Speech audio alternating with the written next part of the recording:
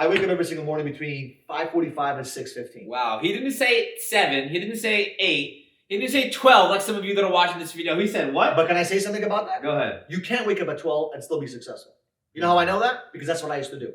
Really? I used to wake up at 11 o'clock, 10 o'clock because I was so depressed about going to the field every single day. Wow. I was 24 years old. I'm like, shit. I used to wake up at 10 o'clock, 10:30, 11 o'clock and go out there and hustle. And I convinced myself, this is what I convinced myself, that when I used to go to bed at 3 in the morning and wake up at 10, 11, it doesn't matter because there's still what? Still those 7, 8 hours that I'm putting to bed, and the rest of it is me hustling and making moves. So you can become successful. But what I did realize after that was that if I get my habits done earlier in the day and I get them out of the way, I have way more time throughout the day to focus on what needs to get done. Because I used to go to the gym at night. Because I hated waking up in the morning. As a matter of fact, you could not wake me up before 10 a.m. This wasn't me.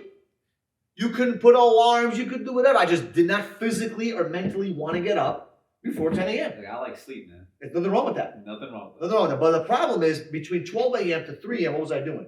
Nothing productive. Right. You can claim you're productive by going to the gym at 1 in the morning, but by going to the gym at 1 in the morning, number one, you're freaking tired. Right. Number two, like there's no value being given to your body by going to sleep at 3 in the morning and waking up at 7, 8, 9, 10 o'clock. Absolutely. So what I did was I shifted my schedule. This is, by the way, 2 years ago, year and a half ago, where I made a decision. I'm going to wake up early in the morning, get all of my habits out of the way by 9 o'clock.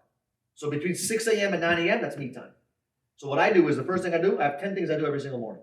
Number one, protein and vitamins. That's one of my things. I got to do that, right? Number two, this is obviously after brushing your teeth and, going to the bathroom, right? Number two, as a matter of fact, I have it on my phone. Here, I'll go through it quickly so you can see it. Number two is goals. So 5 minutes, I write down my goals. I literally jot down all of my goals. It takes about 5 minutes. That's awesome. Okay? Present tense, as if I already got it. Whatever you want, write it in the present tense. Don't say, I will one day. No, right. I got it. Right. It's already here. The universe has given it to me. I already have it. I'm just waiting for time to catch up. Then, I pray to God for about 10 minutes. Right? You're Muslim. I'm Jewish. You pray probably 5 times a day. I pray 3 times a day. Whatever it is, I pray and say, thank you. Please help me. What can I do to serve you? All those different conversations you have with God. You and you, God, by the way. You don't got to do it with 17 people. Just you by yourself in your room. Okay? Right. Then I get dressed.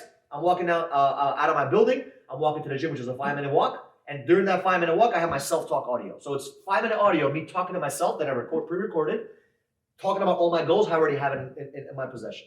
Okay? Positive self-talk. Very important. If you didn't read the book, I don't know if you ever read the book, What to Say When You Talk to Yourself by Chet Hemstedler. Amazing book to learn how to program your brain. Right. Very important. Okay? Then I go to the gym for about an hour. Now, in the gym, instead of listening to music and all this shit, I'm listening to a podcast, a YouTube video, or something that's going to create some value in my life. Marketing, sales, business, leadership, whatever it is that I'm interested in that morning. Okay? Real estate, whatever it may be.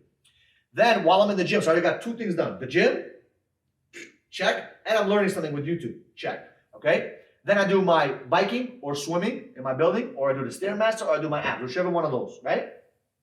Then I do my audiobook. So I walk back home, drink my protein, and then while I'm walking my dogs, guess what I'm doing? I got my audiobook on for 15 minutes. I get back upstairs, I shower, I read my book now, I eat, and I'm walking to my office, which is like a 10-minute walk for me. And that's my morning. So by 9 o'clock, I'm here by 9:15. By 9 o'clock, I got half the shit done that most people will do in like 2 days. I already got it done within 2-3 hours. Wow. And that's pretty much, those are my habits that I have every single morning. And by the way, it's every single day. Every single day. Every single day. Like, for example, today it's a little bit of a later schedule because I give myself that time to wake up a little bit later because it's a Sunday. Right. But Monday, Tuesday, Wednesday, Thursday, Friday, I wake up at those times and I still get everything done. Wow. So winners are trackers. Trackers, and you don't have to do what I'm doing. You don't have to.